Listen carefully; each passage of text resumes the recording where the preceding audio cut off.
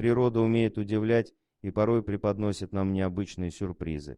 Одним из таких стало рождение девочки Нади, которая весила почти 8 килограмм. В 2007 году журналисты были потрясены этой новостью, ведь во время беременности мама чувствовала себя прекрасно. Рассказываем, как сложилась судьба ребенка спустя 14 лет и сильно ли изменились ее параметры. Она только родилась, а уже поставила рекорд по России. До рождения девочки не происходило ничего особенного, кроме того, что для матери она стала 11-м ребенком по счету. Семья Халиных жила на Алтае, отец высокий и худощавый, а мама, наоборот, низкая и полная. Все 9 месяцев беременность проходила нормально, и врачи не замечали никаких осложнений. К тому же по образованию Таня акушер-гинеколог, правда из-за постоянного декрета поработать ей удалось совсем немного.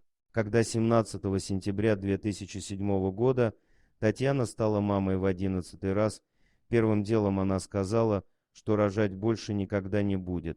Ее дочь Надежда появилась на свет с весом 7 кг 750 грамм и ростом 56 сантиметров. Врачи были потрясены этим необычным явлением, ведь в среднем новорожденный малыш достигает максимум 4 килограмма, как оказалось. С каждой беременностью у многодетной матери дети рождались все тяжелее. Женщине пришлось сделать кесарево сечение, а врачи переживали за состояние здоровья крепкой красавицы с Алтая.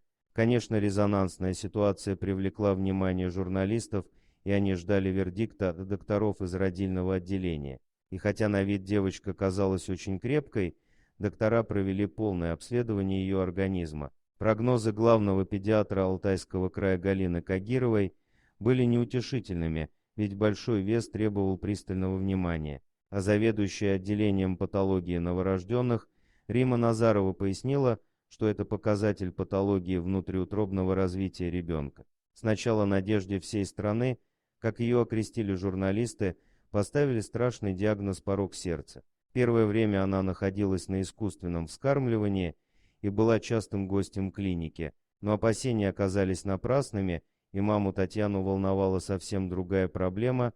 Девочка начала стремительно терять вес. Как сейчас выглядит девочка-гигант, которая родилась в Алтайском крае, весом почти 8 килограмм, история обычной семьи с необычным ребенком, надолго запомнилась прессе. Телевизионщики готовили про Халиных сюжеты, а газетчики рассказывали о жизни 13 человек в небольшой квартире. Многие захотели помочь многодетным супругам Халиным и подарили им компьютер, мягкие игрушки, коляски, детские энциклопедии и памперсы. Не осталось в стороне и государство, которое помогло семье финансами. После рождения Нади из краевого бюджета нам выделили субсидию в 50 тысяч рублей, а Министерство обороны начислило по 10 тысяч рублей на каждого ребенка. Также нам помогают местные власти, выдали детям портфели к школе, подарили новогодние подарки, рассказывала Татьяна.